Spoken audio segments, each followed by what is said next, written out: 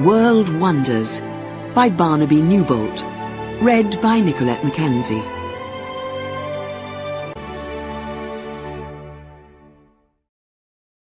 Chapter 1. A World of Wonders. Which is the tallest building in the world? Which is the oldest building? Which mountain is the highest? Perhaps you know the answers to these questions, or perhaps you do not. But each of these questions has only one answer, and your answer is either right or wrong. But you can ask different questions. Which is the most beautiful building in the world? Which is the best waterfall? Which place in the world is the most wonderful? Each of us has different answers to these questions, and no one's answer is right or wrong. So, why do we ask the questions? Because the world is full of wonders, and we cannot see them all. But we want to learn about them, because perhaps one day we will see some of them. And because we like to know that they are still there. The Greek writer Herodotus asked himself these questions nearly 2,000 years ago. He described some of the wonders of the old world. Today, nearly all of his wonders have gone. Only one of his wonders is still here. Do you know what it is?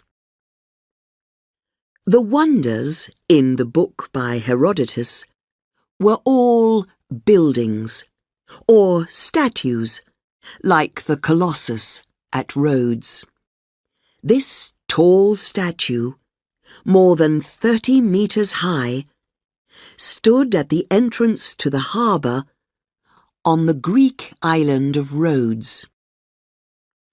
Another wonder for Herodotus, his oldest wonder, and the only wonder from the old world still here today, was the Great Pyramid in Egypt. When Herodotus was alive, the Great Pyramid was already an old building, 2,000 years old. And for nearly 4,000 years, the Great Pyramid was the tallest building in the world. But for us today, wonders are not all buildings. Some of them are natural, like forests, rivers, mountains, or waterfalls. These are the new wonders of the world. Of course, they are not new at all. Our forests, rivers, and mountains are older than any of our buildings. For a long time, for thousands of years, some people did not think that they were wonderful. But then we started to lose them. Now we understand that the world is always changing. Buildings fall down, rivers lose their water, and forests burn. Because of this, it is important for us to learn about the wonders of the world. If we are not careful, we will lose them. Only one of the old wonders is still here today, after more than 2,000 years. In the next 11 chapters, you can read about some natural wonders and some wonders that were made by people. Are they the greatest wonders in the world today? What do you think?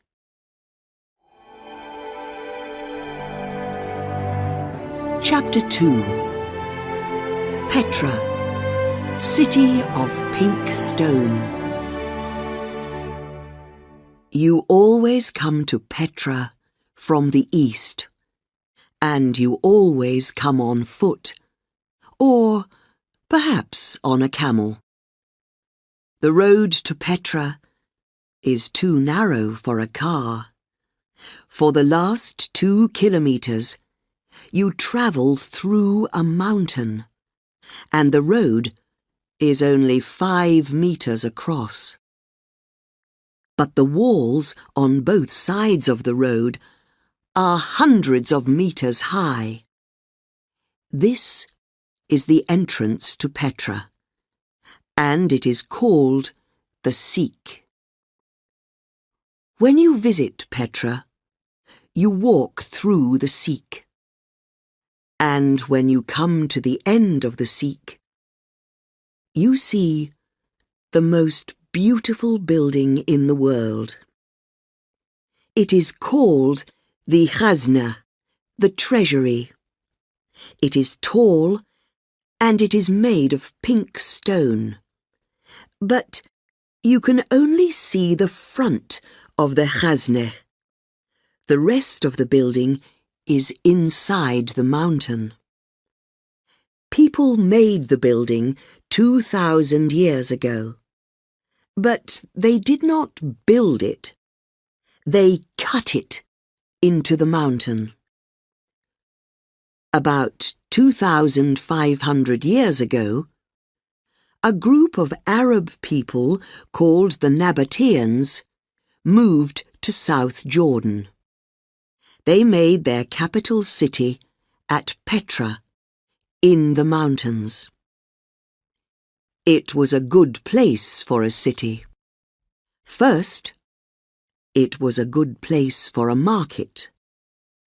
Petra was on the old road between Egypt and Arabia to the south, and Syria, Greece, and Rome to the north.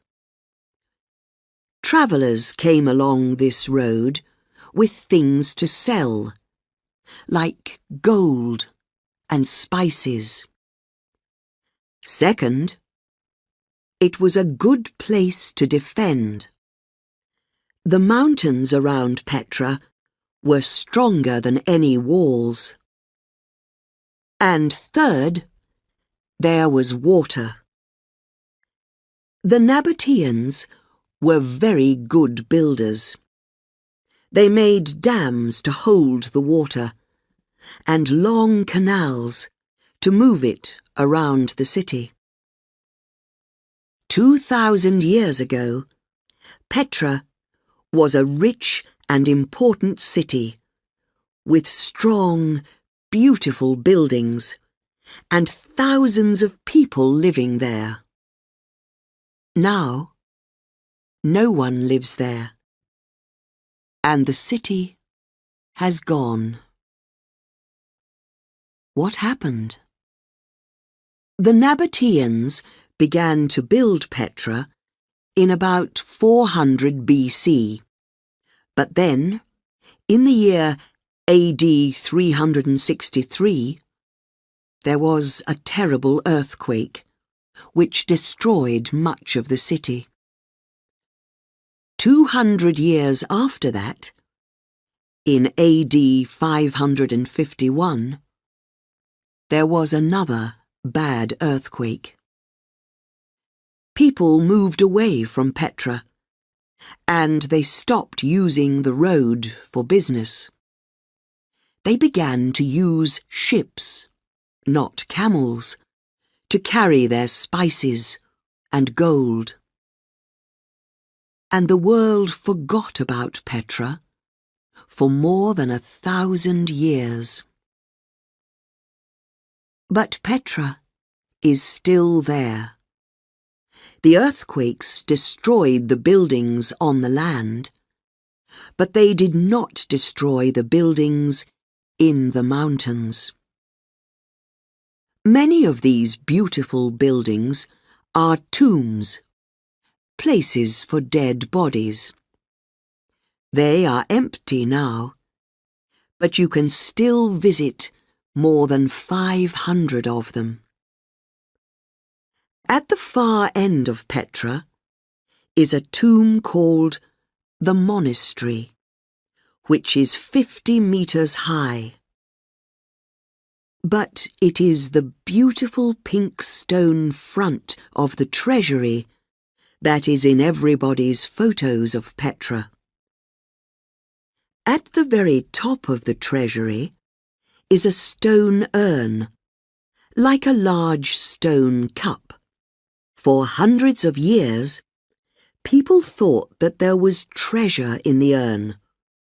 They shot their guns at it, trying to get the treasure inside it. But of course, there is no treasure in the treasury or in the other tombs. The treasure of Petra is the city itself, the city of pink stone.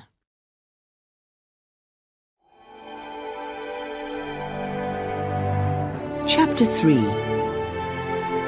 The Serengeti Migration. It is a wonderful thing to see. Every year, 1.5 million wildebeest leave their home in South Serengeti and travel north. For the next 8 months, they will be away from home, always moving, travelling in a great circle. As many as 500,000 other animals, like zebras and gazelles, travel with them. So, every year, 2 million animals move together across the flat land of East Africa. Why do they do it? It is dangerous. Every year, 250,000 of the wildebeest die on the journey. But they have to do it. They are migrating, moving from place to place to find food and water. And this is the longest and largest migration in the world, the Serengeti migration. For these animals, home is in the south, in Tanzania. From December to April, they live in South Serengeti and Ngorongoro.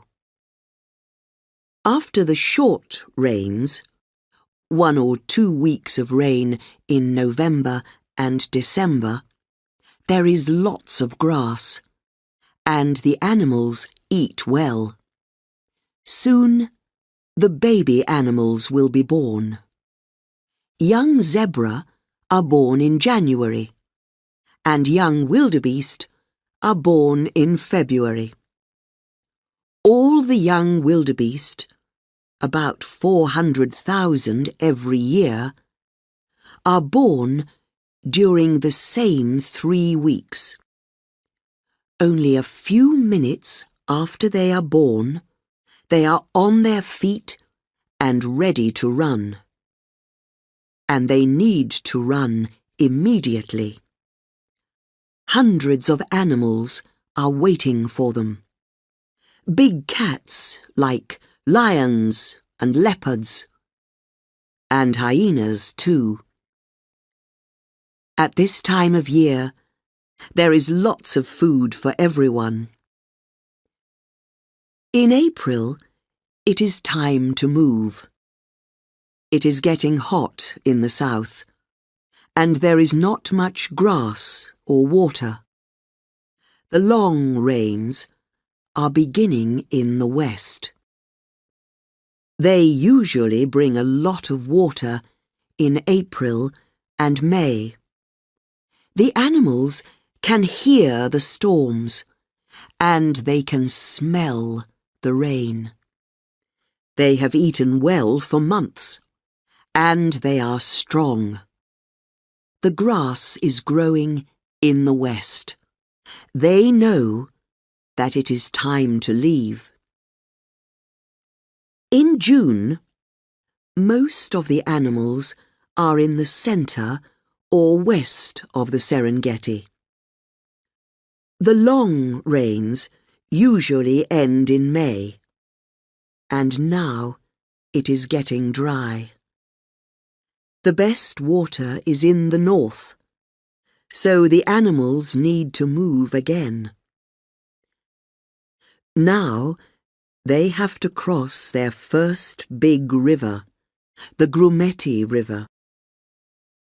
Often the water is not very deep, and the animals can walk across the river. They cross quickly, because they are in danger from crocodiles. They move north to Ikorongo, and there they stop and wait. This is the most dangerous place of all. The animals need to get to the Masai Mara in Kenya. There is grass and lots of water there in August and September. But first, they need to cross the Mara River, which is a big, deep river. The large Nile crocodiles know that they are coming, and they are waiting for them. Day after day, the crocodiles wait in the water, and the wildebeest and other animals wait on the south side of the river. Soon there are many thousands of animals, and then, suddenly, they run into the water and begin to swim. Animals crash into each other, and many are hurt. The crocodiles find food easily. They can live for a long time without food, but in these hot days of summer, they have the best meals of the year. Some animals die in the river, but most of them get across. During the last weeks of summer, there is grass and water here in the north. They stay until October or November, when the storm clouds arrive in the south. The short rains are ready to begin.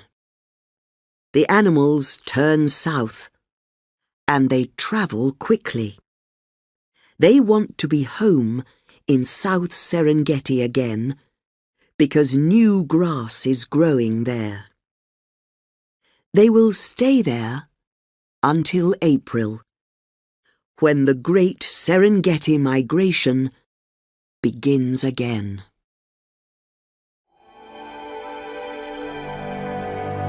Chapter 4. Angkor Wat.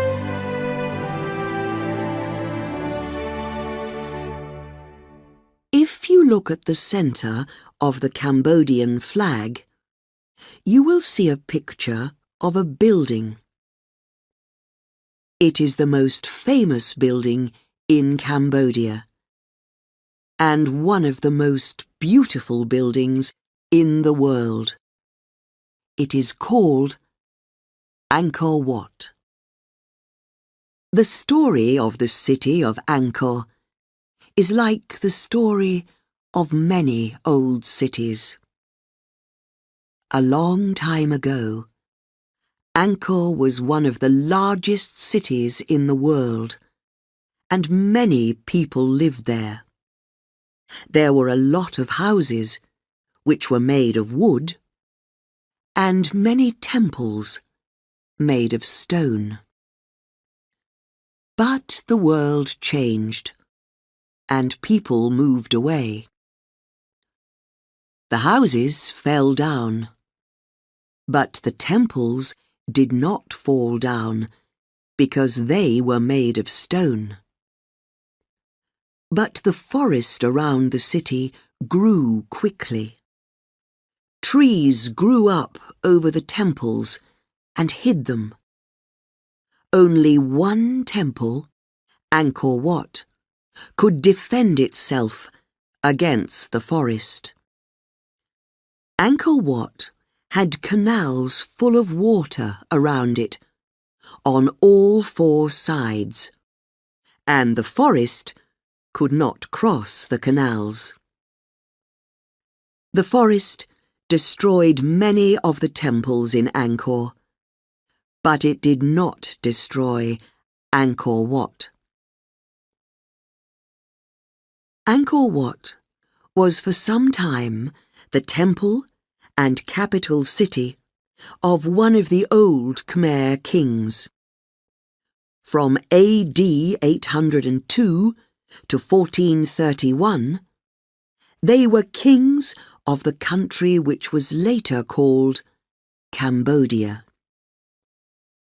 We know very little about that time because there are no old Khmer books about it.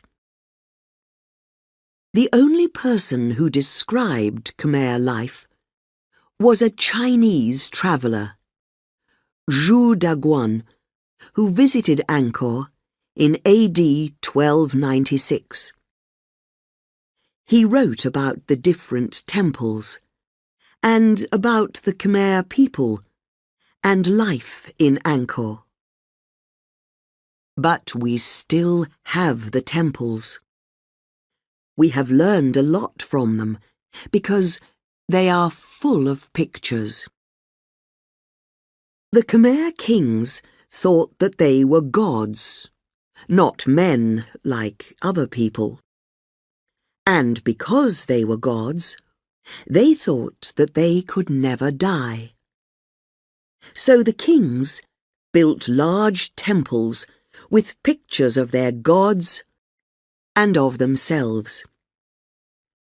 The first kings built their temples for the Hindu god Shiva.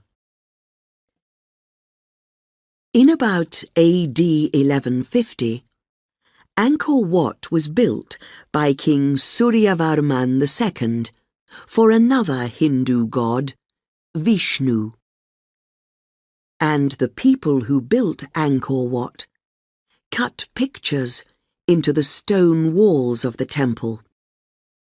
There are pictures from Hindu stories, from the Ramayana and the Mahabharata, and there are pictures of King Suryavarman and of his life in Angkor. And there are also pictures from Buddhist stories. After the death of King Suryavarman II, a later king changed Angkor Wat into a Buddhist temple. But, like all the temples in Angkor, it was built as a Hindu mountain temple. Mountain temples were built to look like Mount Meru, the home of the Hindu gods. The 5 towers of Angkor Wat are the 5 mountain tops of Mount Meru. The walls of the temple are the smaller mountains around Mount Meru. The canals around the walls are the seas around the mountains. And, like a real mountain, it is hard to climb to the top of the temple at Angkor Wat. There is a lot to see in Angkor. Angkor Wat is the most famous of the temples. But the favourite temple for many people is a few kilometres away at Ta Prohm. The trees that grew up over the temple at Ta Prohm are still there, just like they were hundreds of years ago.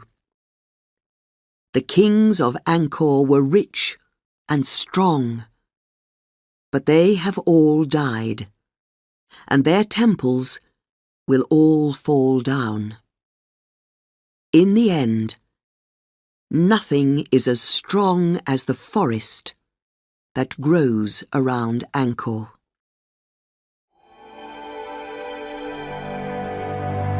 Chapter 5. The Iguazu Falls.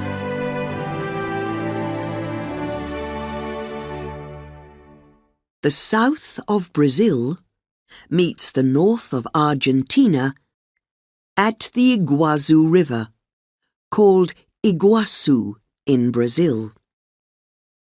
At this meeting place, the land in the north is higher than the land in the south.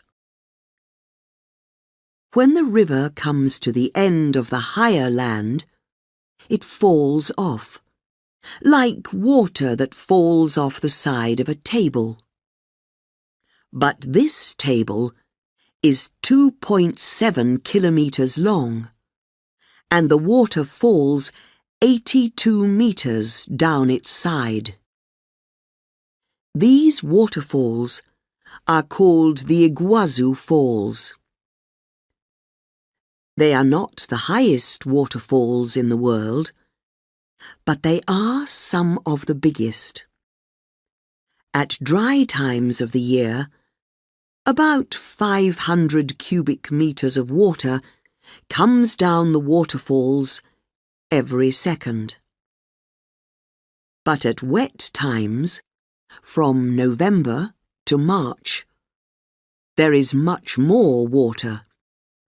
About 6,000 cubic metres of water every second. The Iguazu Falls are not special just because they are big. They are special because they are wonderful to see. They are not one fall of water. There are 275 different falls along 2.7 kilometres of the river. The largest and most famous of the falls is called the Devil's Throat. The water comes into the Devil's Throat from 3 sides. From the top, it looks like the letter U. The best place to see it is from the Brazilian side of the river. People have built a walkway, a wooden road above the river, at the mouth of the U, so you can walk near to the middle of the falls. It is often wet on this walkway, and not just from the rain. The falling water makes a wet cloud over the Devil's Throat for much of the year. Visitors can borrow raincoats from the visitor centre. Most of the falls are on the Argentinian side of the river. There are long walkways on this side to many places along the waterfalls. You can take a boat to the island in the middle of the river, San Martin Island, and look up at the falls. Or you can fly over the waterfalls and look down on them. But it is possible to get away from the noise of the falls. On both sides of the river, there are parks with wonderful flowers, trees, and rare animals, like the jaguar. There are more than 350 different kinds of bird, too. And when the moon is full, there are special visits to see the waterfalls by moonlight. But this beautiful, special place is in danger. The parks are in danger because people want to cut down the trees to build roads, houses, and hotels. The waterfalls are in danger too because people want to build dams using the river to make electricity. The Itaipu Dam, one of the largest in the world, is below the waterfalls on the Parana River. But there are 5 dams above the waterfalls. The nearest, the Governor Jose Risha Dam, is only 20 kilometers away, and there are soon going to be more. And if we destroy the parks and waterfalls, there will not be a home for the birds and animals of the forest. Chapter 6. Chichen Itza.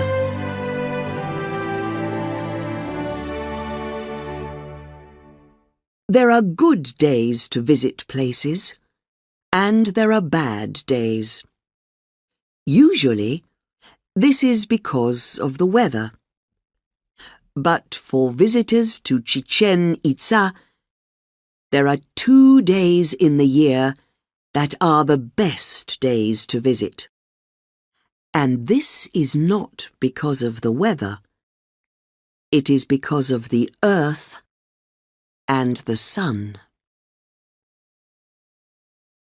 The city of Chichen Itza was built by the Maya people of Yucatan in Mexico over 1,000 years ago.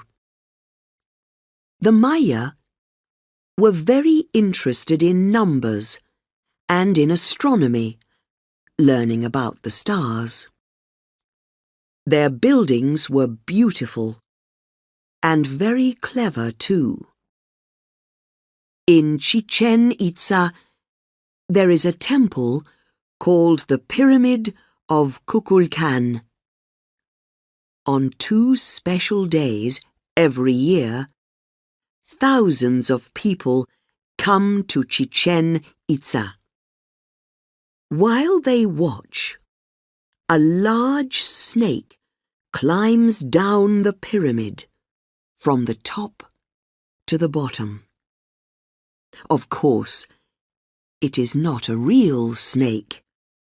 It is a snake made of sunlight and shadows. It works like this. At about 3 in the afternoon, some of the light of the sun comes onto the steps on the north face of the pyramid.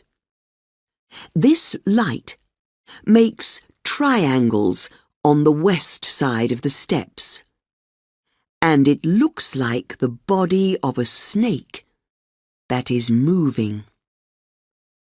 At the same time, the sun lights the stone head of the snake at the bottom of the steps. The snake god, Kukulkan, is coming down from his temple. This only happens twice a year, on the days of the equinox. This is when the nights are as long as the days, around March the 21st and September the 22nd. It is not easy to make a building like this today, but the Maya did it without computers or other help. hundreds of years ago. The pyramid of Kukulkan also counts the days of the year. The pyramid has 4 faces, and there are 91 steps on each face. At the top, there is 1 more step in front of the temple. This makes 365 steps, the number of days in a year.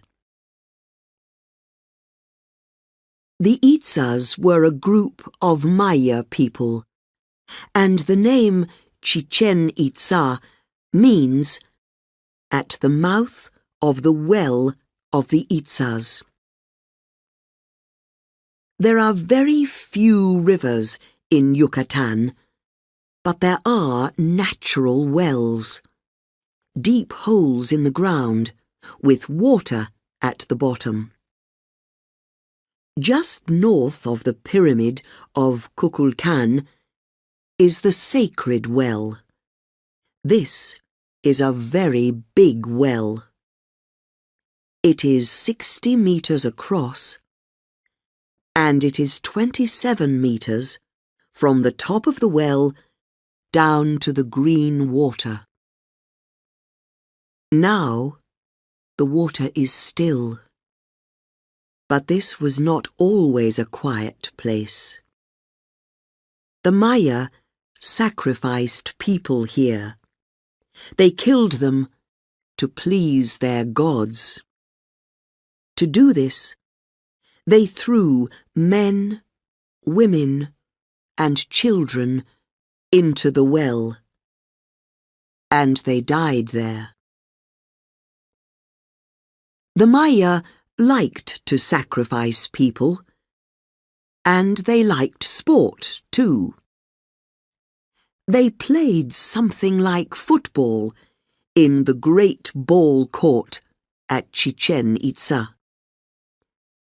This is 166 meters long and 68 meters across, with long walls on each side that are 12 meters high.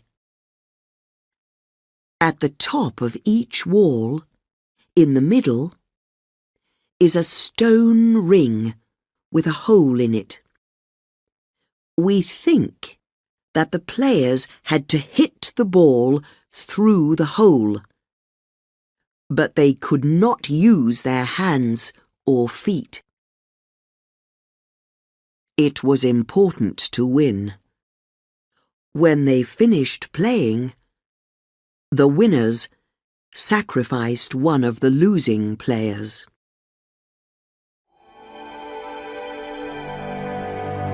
Chapter 7. The Grand Canyon.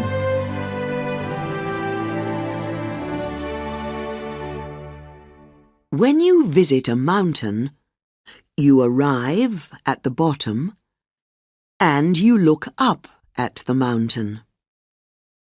But when you visit a canyon, you can often arrive at the top and look down into the earth.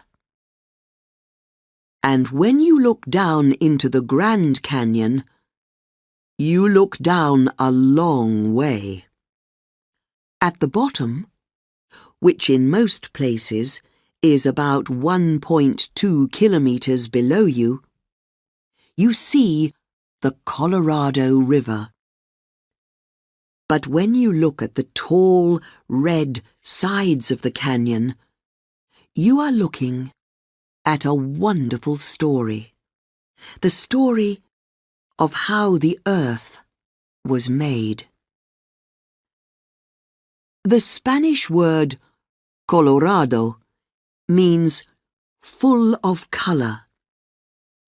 This describes the Grand Canyon very well. It is not the river that is full of color. It is the canyon itself. Its walls are made of layers of stone, some red, some yellow, and some brown or orange. Each layer of stone lies on top of the other layers, like a great sandwich. And this is how the canyon was made, just like a sandwich. But this sandwich began nearly 2 billion years ago. At that time, the world was a very different place. No animals lived on the land, and there were only a few in the sea. The land was different, too. Where North America is now, there was a large piece of land called Laurentia. Then, some new islands, made of very hard stone, pushed up out of the sea. Slowly, during about the next 200 million years, they moved across the sea. In the end, they crashed into Laurentia and stayed there. They were the first layer, the bottom layer, of the sandwich. Now, we call them the Vishnu basement rocks. There are nearly 40 different layers of rocks in the walls of the Grand Canyon. We usually describe them in 3 groups of layers: the Vishnu basement rocks, the Grand Canyon supergroup rocks, and the layered Paleozoic rocks. Paleozoic means old life. The second group, the supergroup, was even slower than the first. It took them about 700 million years to arrive, and they could not stay still. They moved around and fell over, slowly, until the next group of rocks arrived. The final group is the top layer in the sandwich, the flat layers of red, yellow, and brown rock. They did not move around. They stayed flat, and that is why they make interesting pictures. Everyone who visits the Grand Canyon takes pictures of these layers. Most of this story happened under the sea. That is where many of the layers were made. And then, about 75 million years ago, something big happened. Something pushed the land up out of the sea. It made the Rocky Mountains, and it pushed the Grand Canyon 3 kilometers up out of the sea. Of course, it was not a canyon then. It was a piece of flat land, hard and dry, like the top of a table. But the land moved a little, and a river, the Colorado River, started to move across the land and to cut very slowly down into the rock. That was about 7 million years ago. Now, the Grand Canyon is 446 kilometers long and from 6 to 29 kilometers across. And when you look at it, you are looking at the long, slow story of the Earth.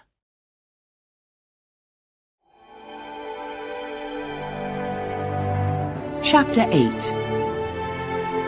The Alhambra.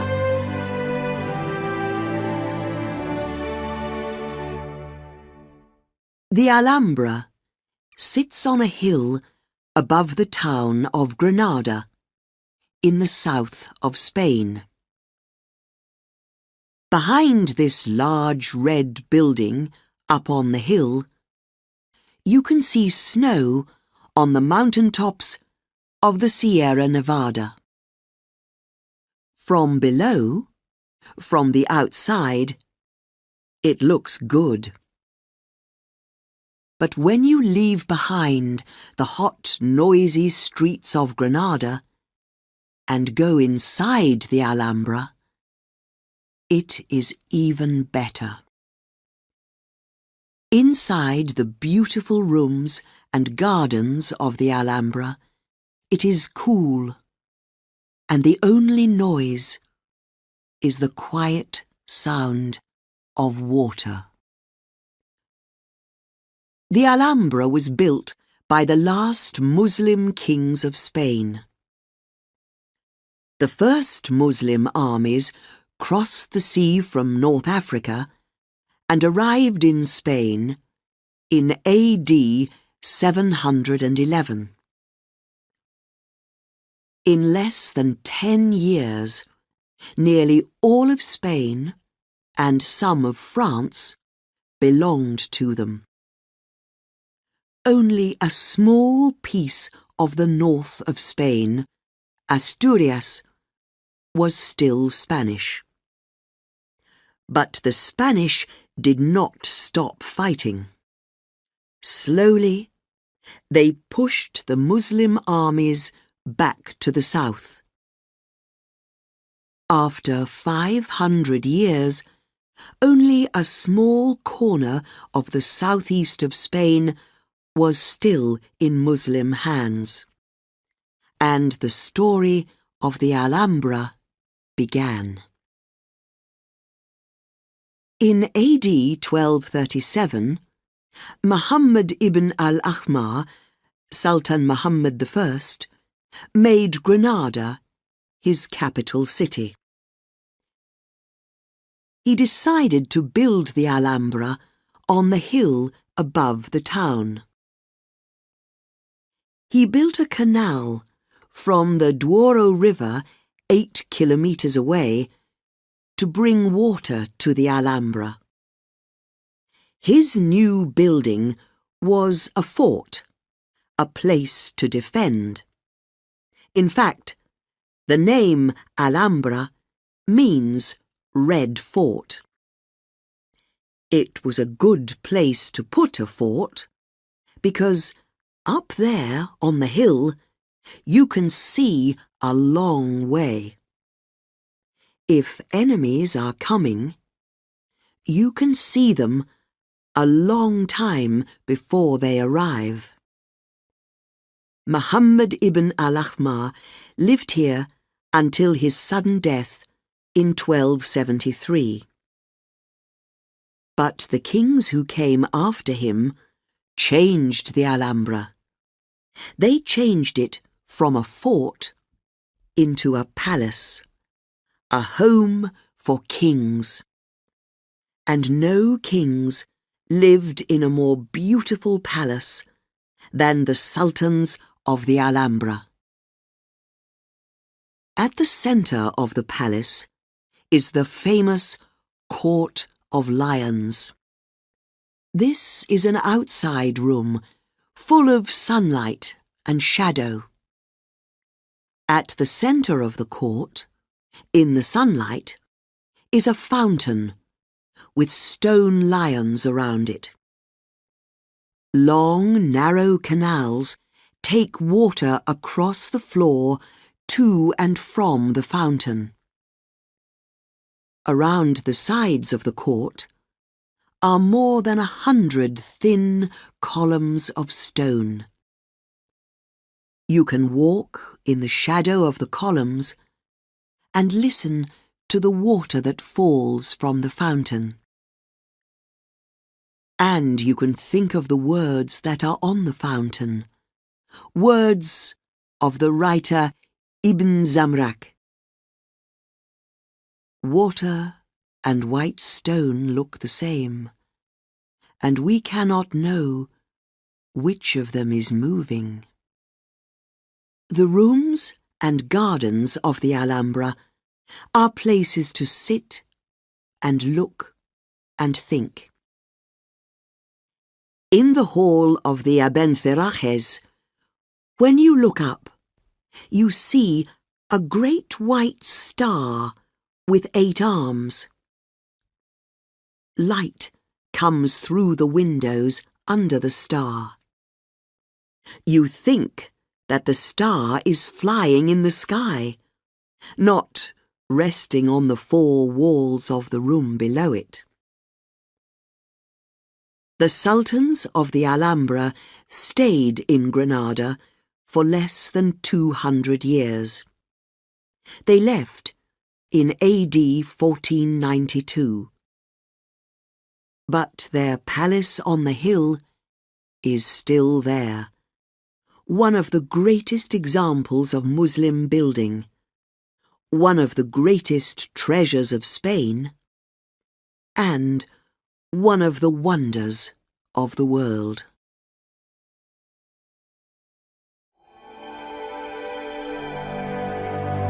Chapter 9. The Lights of the Aurora. On the night of the 2nd of September, 1859, the dark sky over Europe and North America was suddenly full of light. The light did not come from the sun or the moon, and it had a strange colour. The light moved across the sky, coming and going like clouds in a strong wind. In the United States, a man in Boston was using the telegraph to speak to a man in Portland, 160 kilometres away. They both turned off the electricity for the telegraph, but they could still speak to each other for the next 2 hours. The electricity was coming from the light in the sky. How was this possible? And what was this light in the sky? The light is called the aurora.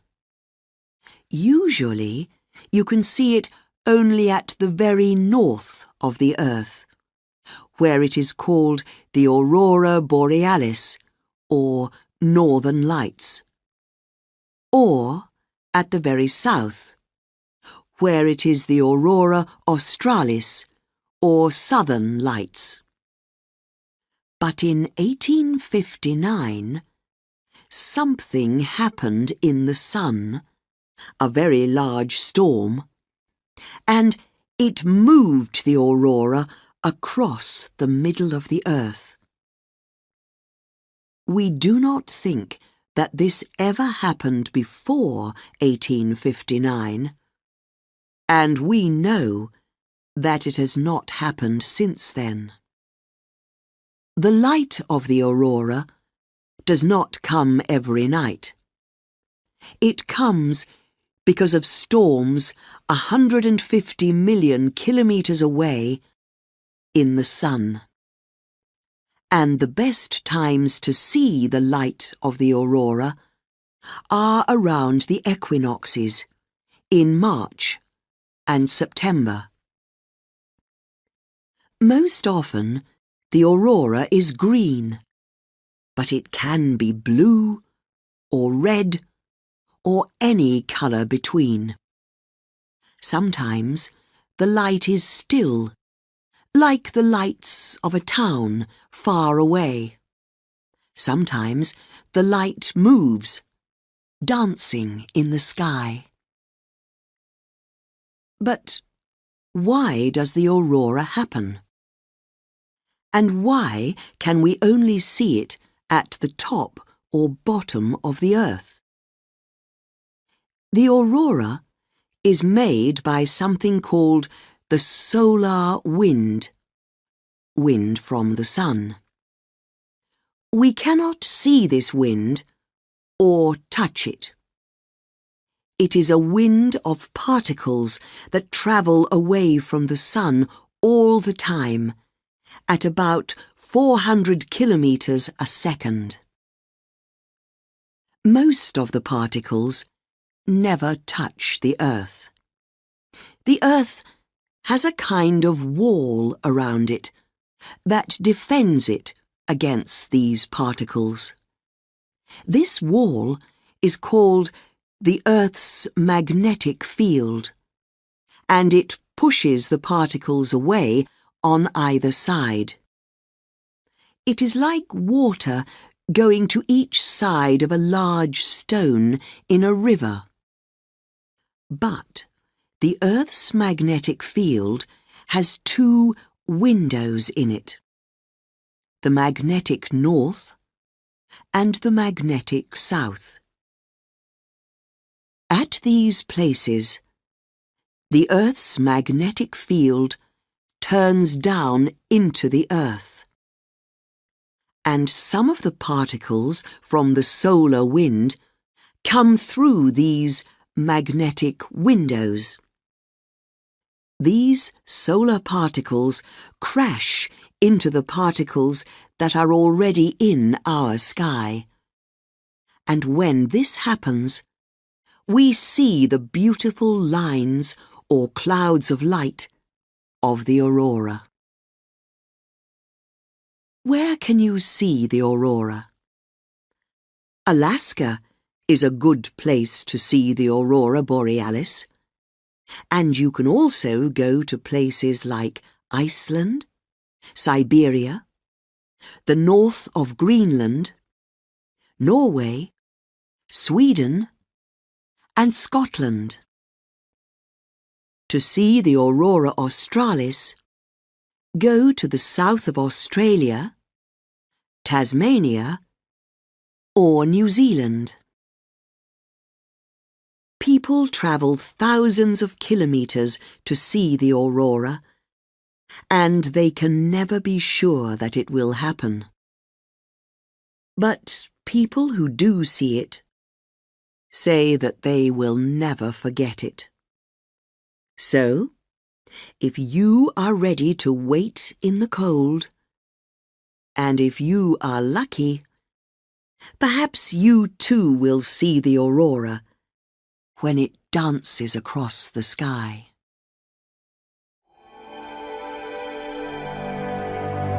Chapter 10. Kyoto.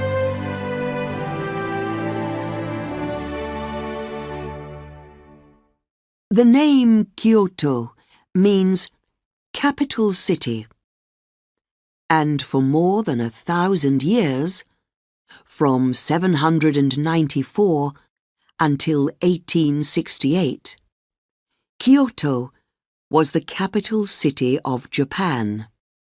For many people, it is still the most important city in the country. But Kyoto is two cities, a new one and an old one, in one place. The new Kyoto is a busy, noisy, modern city, just like so many cities around the world. The old Kyoto is a quiet place, with its gardens and its temples made of wood. And the old city is still alive. In Kyoto, the old and the new live together, hand in hand. If you want to visit Saihoji, one of the old Buddhist temples, you must do more than just pay money. You must sit quietly for some time, then say or write Buddhist prayers before you can go in. This temple has a moss garden, which was made by the famous Japanese gardener Musō Soseki in 1339. The garden is cool, green, and beautiful. In old Kyoto, natural things are as important as things made by people. So the gardens are as important as the temples. If you want to see the temples at their best, then you have to see the gardens at their best. And the two best times to see the gardens are in the spring and in the autumn. In the spring, during April, the cherry trees come into flower. This is the best time to visit Kiyomizu-dera. This wooden temple was built on the side of a hill, and it was made without any nails. The front of the temple has tall wooden columns. You can stand here and look at the pink and white flowers of the hundreds of cherry trees. From here, you can see a lot of the city of Kyoto too. Kinkaku-ji, a beautiful gold temple, looks good at any time of year. In the spring, the cherry trees are in flower. In the autumn, the leaves on the trees change colour. They are now red, yellow, and green. And in the winter, everything is white when the snow falls. This temple was built by Shogun Yoshimitsu to be his home in 1397, but his son changed it into a temple. Fire has destroyed the temple 3 times. The last time in 1950. But each time the temple is built again, and the place is as beautiful as ever. The most famous garden in old Kyoto has got no flowers or trees at all. This dry garden, in the temple of Ryoanji, is made only of stones. But it is a very important place to Buddhists. The garden is 30 meters long and 10 meters across, and it has a little wall around it.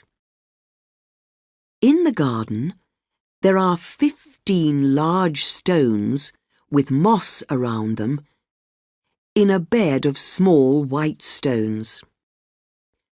Every day, the gardener of the temple makes lines in the small white stones, circles around the large stones, and lines between them.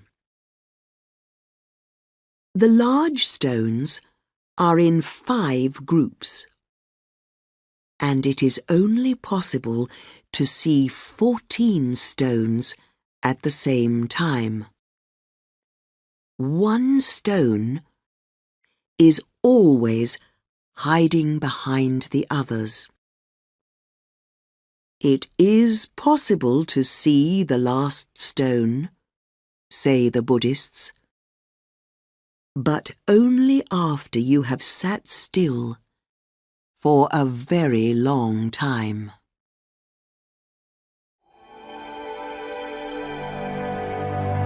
Chapter 11. The Great Barrier Reef.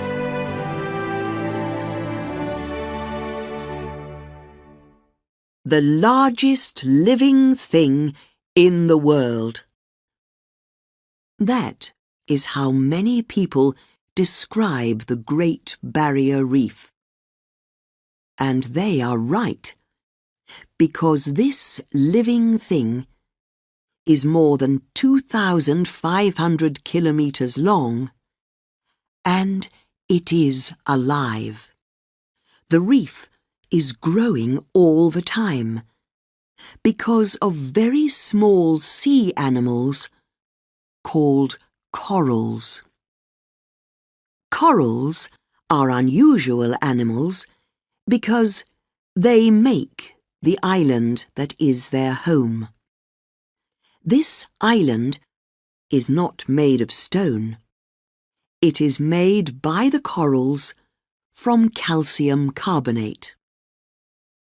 Millions of corals together make an island under the water, which is called a coral reef.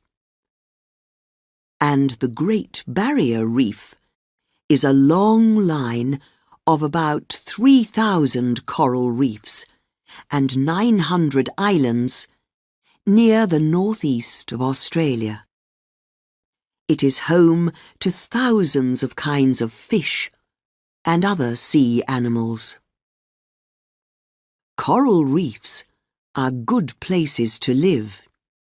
There are lots of holes, which are good places for fish to hide, and which are easy to defend. There are many dangerous fish around the reef, but there is lots of food too. There are not many coral reefs in our seas. Less than 1% of our seas have coral reefs in them. But our coral reefs are home to 25% of all things that live in the sea. And the important thing is this: coral reefs are beautiful places. Corals need seawater, but they also need sunlight. Because of this, corals do not usually live in deep, dark water. They prefer water that is less than 150 meters deep. So, the water around a coral reef is warm and full of light and life. Millions of visitors come to the Great Barrier Reef every year to see the beautiful reefs and sea animals. Some of the sea animals on the Great Barrier Reef are very rare. One of these is the sea cow, also called the dugong. Just like cows that live on the land, the sea cow eats grass, but it is a kind of sea grass that grows under the water. It is called a cow, but there is another land animal that is more like it. Just look at its nose. Yes, it is the elephant. There are 7 kinds of sea turtle in the world, and 6 of them live on the Great Barrier Reef. The turtle is one of our oldest animals. We know that the first turtles lived more than 200 million years ago. Turtles can live for as much as 80 years. They need to live for a long time. Some mother turtles do not begin to have their babies until they are 20 or even 30 years old. The Great Barrier Reef is one of the great natural wonders of the world. But, like other coral reefs, it is in danger. One of the dangers is natural. It is an animal called the crown of thorns starfish, which eats corals. Is this a big danger? 50 years ago, we thought it was. But today, we are not sure. Some years, there are more of these starfish. Some years, there are fewer. But there are also two dangers that come from people. First, the sea is getting dirtier. And second, it is getting warmer. Both of these things kill coral reefs. And both of these dangers are getting worse. Will people destroy the largest living thing in the world?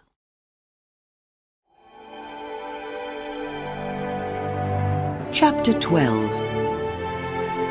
Qin's Last Army.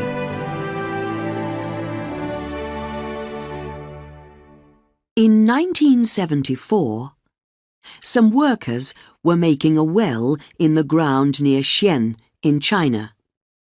They were looking for water when they hit something hard in the ground. It was the head of a soldier. Not a real soldier, but a soldier made of terracotta. They took the soldier out of the ground. He was 2 meters tall, and he was beautifully made. And he was not alone.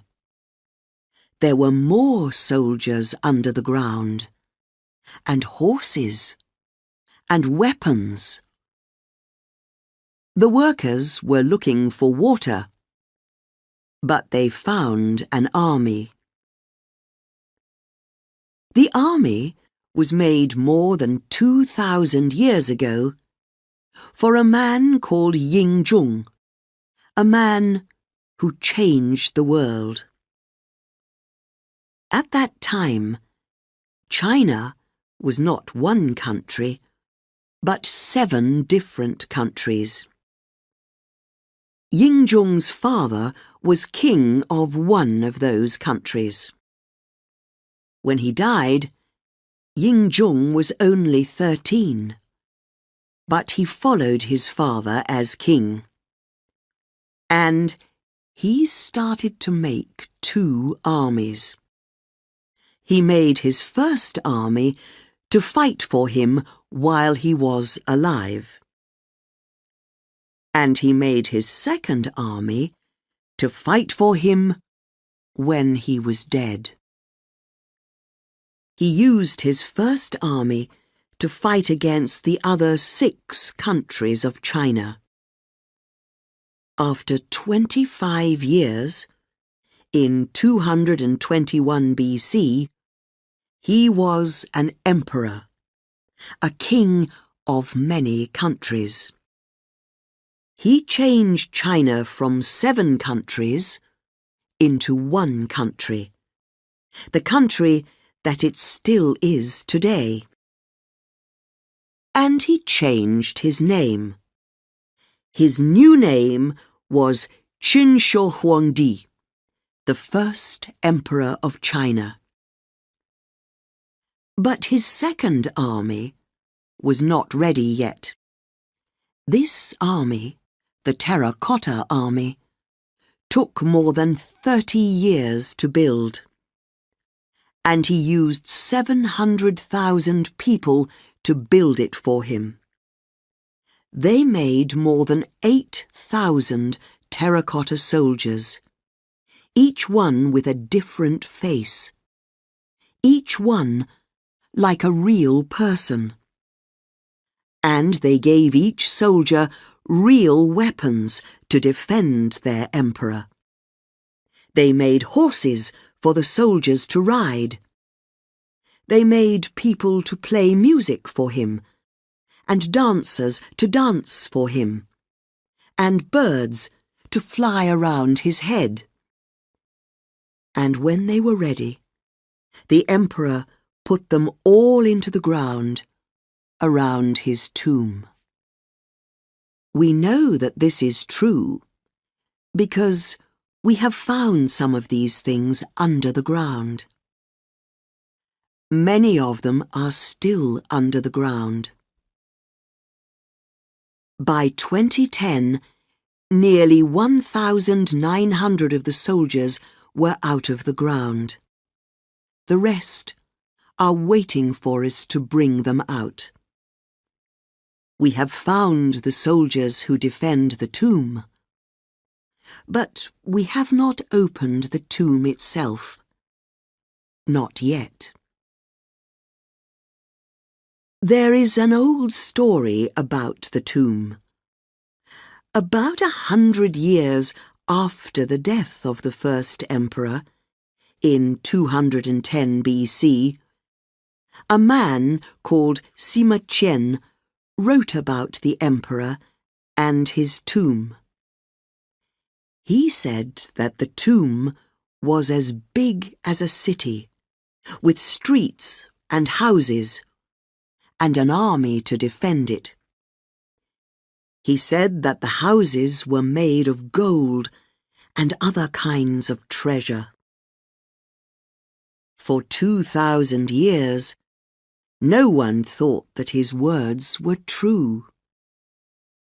But we have found the emperor's last army. What secrets are still waiting for us in his tomb?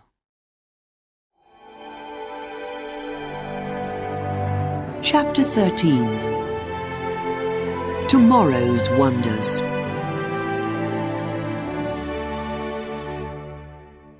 Now you have read about 11 of the world's wonders, some from millions of years ago, and some from only a few hundred years ago. Of course, there are hundreds of others, and everyone has their favourites. 100 years from now, what will the favourites be? The Millau Bridge, more than 300 metres high, in the south of France. The Palm Islands of Dubai. The statues of Easter Island. The Channel Tunnel, which goes under the sea between England and France. The Three Gorges Dam in China. Or something newer still. Nobody knows. But we do know one thing. People will never stop making new and wonderful things.